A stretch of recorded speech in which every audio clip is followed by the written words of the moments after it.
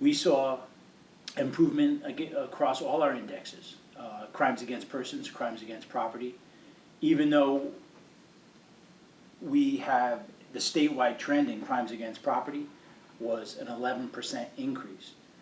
We saw almost a 12% decrease.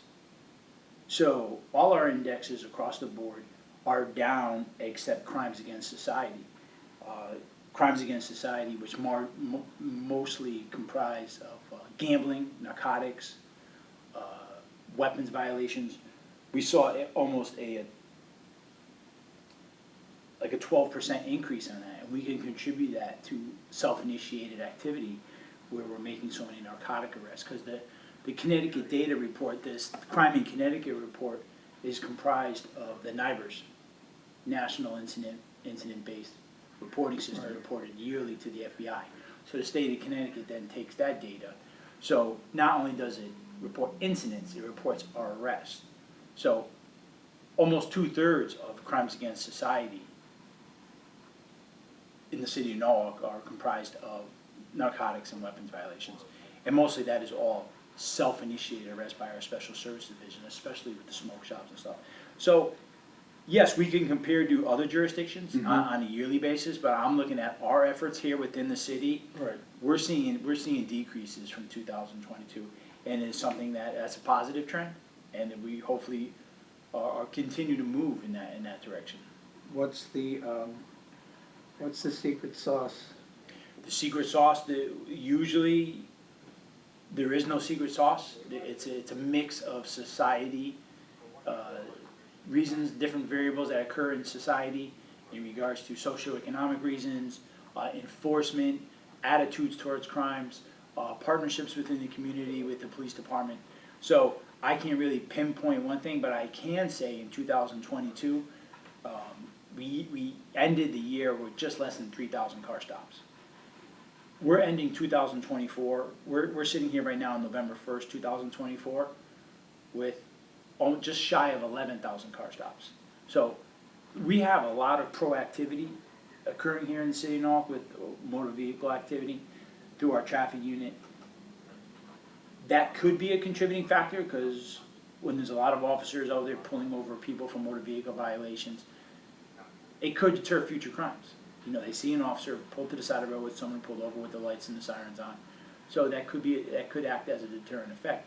So I can't pinpoint or put my thumb on one variable. What I'm going to do is just continue to analyze the data that we see and the trends that we get from our partnerships and the crime. We get reports every single morning.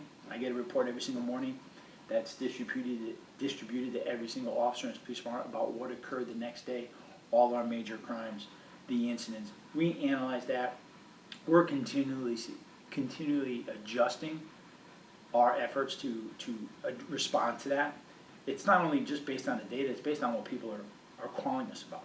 So if it's car burglaries in a certain area, if it's speeding in a certain area, if it's car theft in a certain area, we're always adjusting our platoon and our assets and our patrol activity to respond to that. Probably the most important thing that we've done here at the Norwalk Police Department from an administration is recruitment.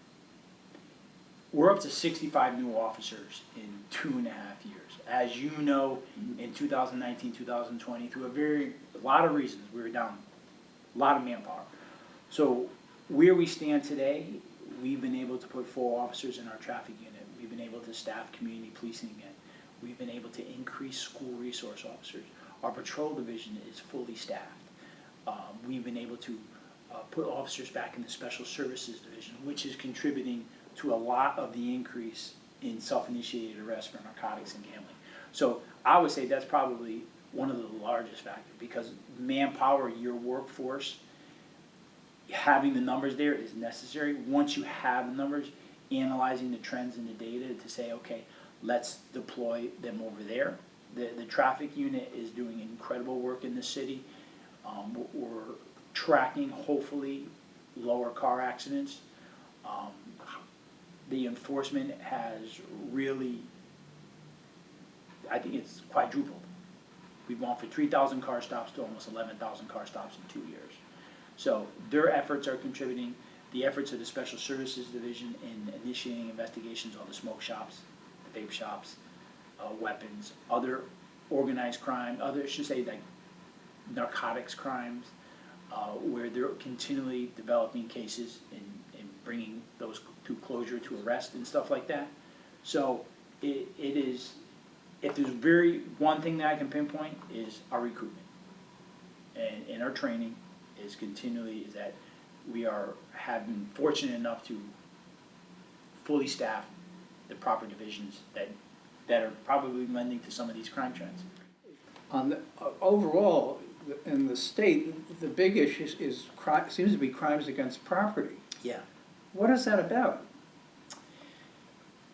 Most of it's just we have retail theft. Okay. We have retail theft. Okay. Just targeting every single like pharmacy or regular store, or, the mall, shoplifting, theft from cars, stealing cars, is still probably, those three are probably the three largest drivers of Okay. that index right there, is that, retail crime, car burglaries and car thefts. The behavioral health unit right now is manned by 2 full-time social workers and a full-time officer. And as we saw in the trend of 2019, 2020, with the rise in calls for mental health, wellness, that the traditional law enforcement response was not suited for that. Even though we have a lot of crisis intervention trained officers, what that whole model, that program is to take away the traditional response of people dialing 911 when they're in a distress based on emotional issues or mental health issues. Our behavioral health unit not only sometimes responds as a first responder, but their role is to follow up. So if someone does call 911, they intervene afterwards and then provide them social services to say, hey, this time this is the best path. Or if they see that they're lacking in some form of care, through their partnerships, they can deter them, which will prevent them dialing 911, or use them as an outlet instead of calling 911, which is an ideal situation when people are in mental health crisis, is to deal with social workers and their clinicians who are best suited for that. As far as the future goes, you look at the department, any new initiatives, any change in direction you foresee? Hopefully we can be able to increase our school resource officers. Okay. That is definitely an initiative of mine as we get available manpower, and I can see that, the traffic unit and other divisions are adequately staffed, and we can afford the manpower from patrol. We've already created a pool of trained SROs. We're always soliciting interest in different positions. We keep a spreadsheet of officers. And when the openings do occur, right now we have 5 officers in field training. So when other opportunities arise, when officers get off field training, as you know, that takes a long time. If we have the ability to increase the school resource officers, Okay. that's a major initiative of mine. Okay. Anything else? Increase our traffic. Hopefully increase our traffic enforcement. Traffic in this city still remains one of the residents' biggest concerns. Talk about speeding, I take it. Speeding, stop signs, red lights, reckless driving, cell phone violations, just general driving behaviors.